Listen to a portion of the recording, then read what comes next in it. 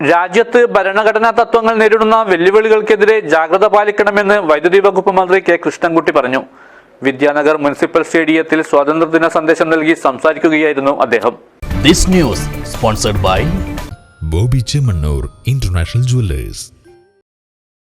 രാജ്യത്ത് ഭരണഘടനാ തത്വങ്ങൾ നേരിടുന്ന വെല്ലുവിളികൾക്കെതിരെ ജാഗ്രത പാലിക്കണമെന്ന് വൈദ്യുതി വകുപ്പ് മന്ത്രി കെ കൃഷ്ണൻകുട്ടി സ്വാതന്ത്ര്യദിന സന്ദേശത്തിൽ പറഞ്ഞു. സോഷ്യലിസം, മതേതരത്വം, ഫെഡറലിസം, ജനാധിപത്യം എന്നിവയെല്ലാം ഇന്ന് ഭീഷണി നേരിടുന്നു. ഇന്ത്യയിലെ അതിസമ്പന്നരായ 1% ആളുകളുടെ കൈവശം രാജ്യത്തിന്റെ മൊത്തം സമ്പത്തിന്റെ 40%ഉണ്ട്. അതേസമയം രാജ്യത്തെ പാവപ്പെട്ടവരായ 50% ജനങ്ങൾക്കായി ആകെ സമ്പത്തിന്റെ 3% മാത്രമാണ് പങ്കിടാനുള്ളത്. ഈ വലിയ അസമത്വം നമ്മുടെ ഭരണഘടനയുടെ ആമുഖത്തിൽ ആലേഖനം ചെയ്തിട്ടുള്ള സോഷ്യലിസ്റ്റ് തത്വങ്ങൾക്ക് വിരുദ്ധമാണ്. ഒരു ജനാധിപത്യ രാജ്യത്തിന് അസമത്വങ്ങൾ ഭൂഷണമല്ല. മാധ്യമ സ്വാതന്ത്ര്യത്തിനുമേലുള്ള നിയന്ത്രണങ്ങൾ, വിയോജിപ്പുകളെ രാജ്യദ്രോഹമായി ചിത്രീകരിക്കുന്ന പ്രവണതകൾ എന്നിവ ഒരു ജനാധിപത്യ രാജ്യത്തിന് യോജിച്ചതല്ലെന്നും മന്ത്രി പറഞ്ഞു. മതന്യൂനപക്ഷങ്ങൾക്കെതിരെയുള്ള അതിക്രമങ്ങളും ഭരണഘടനാ തത്വങ്ങൾക്ക് നേരെയുള്ള കടുത്ത വെല്ലുവിളിയാണ്. ജനാധിപത്യത്തിന്റെ നെടുന്തൂണുകൾ ആയ നിയമവ്യവസ്ഥ, മാധ്യമങ്ങൾ, തെരഞ്ഞെടുപ്പ് കമ്മീഷൻ എന്നിവയുടെ നിഷ്പക്ഷത ചോദ്യം ചെയ്യപ്പെടുന്നു എന്നത് ആശങ്കാജനകമാണ്. അമേരിക്കൻ പ്രസിഡന്റിന്റെ പുതിയ വ്യാപാര നയങ്ങൾ നമ്മുടെ രാജ്യത്തെ കർഷകർ പുതിയ വെല്ലുവിളിയായി കാണേണ്ടതുണ്ട്. ഇന്ത്യൻ കാർഷിക ഉൽപ്പന്നങ്ങൾക്ക് ഉയർന്ന നികുതി ചുമത്തുകയും ഇന്ത്യയിലേക്ക് കാർഷിക ക്ഷീര ഉൽപ്പന്നങ്ങൾ ഇറക്കുമതി ചെയ്യാൻ കൂടുതൽ സമ്മർദ്ദം ചെലുത്തുകയും ചെയ്യുന്നത് ആശങ്ക ഉയർത്തുന്നതാണ്. അതിനാൽ നമ്മുടെ പ്രാദേശികമായ ഉൽപ്പന്നങ്ങൾ വിപണിയിൽ പ്രോത്സാഹിപ്പിച്ച് നമ്മുടെ കാർഷിക മേഖലയെ കൂടുതൽ സ്വയം പര്യാപ്തമാക്കാൻ നമുക്ക് കഴിയണം. നമ്മുടെ സ്വാതന്ത്ര്യ സമര സേനാനികളും സോഷ്യലിസ്റ്റ് ചിന്തകരും സ്വപ്നം കണ്ട ഇന്ത്യയിലേക്ക് എത്താൻ ഇനിയും ഏറെ ദൂരം സഞ്ചരിക്കണം. എങ്കിലും പുരോഗമനപരമായ നിലപാടുകളിലൂടെയും വികസനോന്മുഖമായ കാഴ്ചപ്പാടുകളിലൂടെയും സാമൂഹിക നീതിയിൽ ഊന്നിയ ഭരണത്തിലൂടെയും കേരളം ആ സ്വപ്നങ്ങൾക്ക് പ്രതീക്ഷ നൽകുകയാണെന്നും മന്ത്രി പറഞ്ഞു.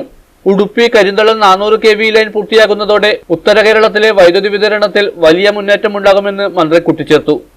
കാസർഗോഡ് ജില്ലയുടെ വൈദ്യുതി വിതരണം ശക്തമാക്കാൻ ജില്ലാ ഉടുപ്പി കാസർഗോഡ് 400 kV ലൈൻ നിർമ്മാണം അതിവേഗം പുരോഗമിക്കുകയാണ്. ഈ പദ്ധതി യാഥാർത്ഥ്യമാകുന്നതോടുകൂടി ഉത്തര കേരളത്തിന്റെ വൈദ്യുതി വിതരണത്തിൽ വലിയ മുന്നേറ്റമുണ്ടാകും. പാരമ്പര്യ സ്രോതസ്സുകൾ ഉപയോഗിച്ച് വൈദ്യുതി ഉൽപ്പാദിക്കൽ കേരളം വലിയ മുന്നേറ്റം നടത്തി. 2016-ൽ 16.49 മെഗാവാട്ടായിരുന്ന സൗരോർജം ഇന്ന് 1576 മെഗാവാട്ടായി വർദ്ധിച്ചു. കർഷകർക്ക് കാർഷിക പമ്പുകൾക്കുള്ള വൈദ്യുതി സൗജന്യമായി ലഭിക്കുന്നതോടൊപ്പം സ്വന്തം ഉപയോഗത്തിന് ശേഷം മിച്ചമുള്ള വൈദ്യുതി ഗ്രിഡിലേക്ക് നൽകുന്നത് വഴി അവർക്ക് അധിക വരുമാനം വരുത്തുന്ന PM കുസുമം പദ്ധതിയും നാം നടപ്പിലാക്കി വരുന്നു. ഇതിൽ കർഷകന് മുതൽ മുടക്കില്ല, സൗജന്യമായാണ് പദ്ധതി നടപ്പിലാക്കുന്നത്. കേരളത്തിലെ കർഷക ആവശ്യത്തിനുള്ള 1 ലക്ഷം പമ്പുകളുടെ സൗരോർജ്ജവൽക്കരണത്തിന് കേന്ദ്ര സർക്കാർ അനുമതി ലഭിച്ചിട്ടുണ്ട്. അതിന്റെ ആദ്യഘട്ടമായി 9348 പമ്പുകളിൽ നബാർഡിന്റെ ധനസഹായത്തോടുകൂടി സൗരോർജ്ജത്തിലേക്ക് മാറാനുള്ള നടപടികൾ അനർട്ട് സ്വീകരിച്ചു വരുന്നു. ഇതിൽ 2000-ൽ പരം പമ്പുകളുടെ സൗരോർജ്ജവൽക്കരണം പൂർത്തിയായി. കേരളത്തിൽ വൈദ്യുതി മേഖലയെ ആഗോള നിലവാരത്തിൽ ഉയർത്താൻ ലക്ഷ്യമിട്ടുള്ള നിരവധി പുതിയ സംരംഭങ്ങളും ഈ ഘട്ടത്തിൽ ആരംഭിച്ചു. രാജ്യത്ത് ആദ്യമായി 4 മണിക്കൂർ തുടർച്ചയായി വൈദ്യുതി നൽകാൻ കഴിയുന്ന battery energy storage system Kasaragod മൈലാട്ടിയിൽ സ്ഥാപിക്കുവാൻ തീരുമാനിച്ചിട്ടുണ്ട്.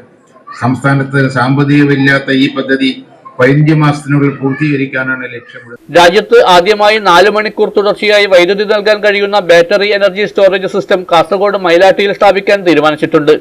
സംസ്ഥാനത്തിന് സാമ്പത്തിക ബാധ്യതയില്ലാത്ത ഈ പദ്ധതി 15 മാസത്തിനുള്ളിൽ പൂർത്തീകരിക്കാനാണ് ലക്ഷ്യമിടുന്നത്. സംസ്ഥാനത്ത് കഴിഞ്ഞ 9 വർഷത്തിനുള്ളിൽ വൈദ്യുതി വിതരണ മേഖലയിൽ 13,015 കോടി രൂപയുടെ വികസന പ്രവർത്തനങ്ങളാണ് നടപ്പാക്കിയതെന്നും മന്ത്രി പറഞ്ഞു. News bureau, Kasaragod.